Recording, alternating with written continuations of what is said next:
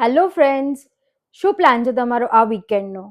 જો કંઈ ના હોય તો હું તમને એક સારું સજેશન આપું છું. આ વીકેન્ડ, આ ફ્રાઈડે 27 ફેબ્રુઆરીએ એક નવું પિક્ચર પડે છે, લાગણીનો મેળો. આ ટાઇટલ જ તમને ઇટસેલ્ફ ઘણું બધું કહી દેતું હશે. આ પિક્ચરની સ્ટોરી છે પ્રેમ અને સંબંધોની. આ સ્ટોરી છે શુભ અને શ્રદ્ધાની. શુભ એટલે આર્જવ ત્રિવેદી અને શ્રદ્ધા એટલે ઋત્વી પટેલ. હવે એ બેઉ જણાની ટીનેજર લવ સ્ટોરી છે, એકબીજાને પ્રેમ કરે છે. પેરેન્ટ્સ કદાચ ઓપોઝ કરે છે, પણ છતાં બી એમની ઓપોઝમાં જઈને એ બેઉ લગ્ન કરે છે.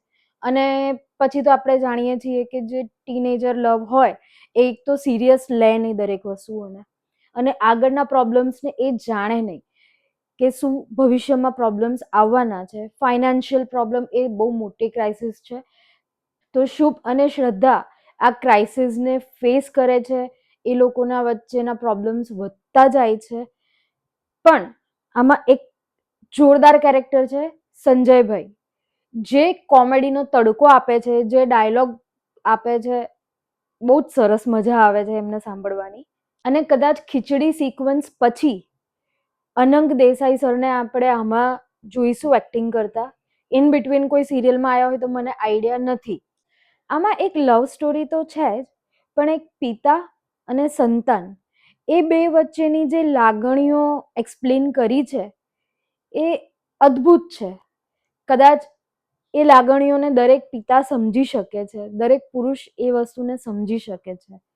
તો હું તમને બધાને એક ખાસ રિક્વેસ્ટ કરીશ કે જો તમને ફાવે તો આ ગુજરાતી પિક્ચર જોવા જાઓ.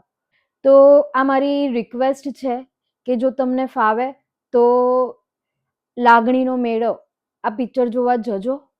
અને તમને કેવું લાગે છે પ્લીઝ મને કમેન્ટમાં આનો રિવ્યૂ આપજો. અને નેક્સ્ટ ગુજરાતી પિક્ચર કયું સારું આવી રહ્યું છે એના રિવ્યૂ માટે please follow my channel. Thank you.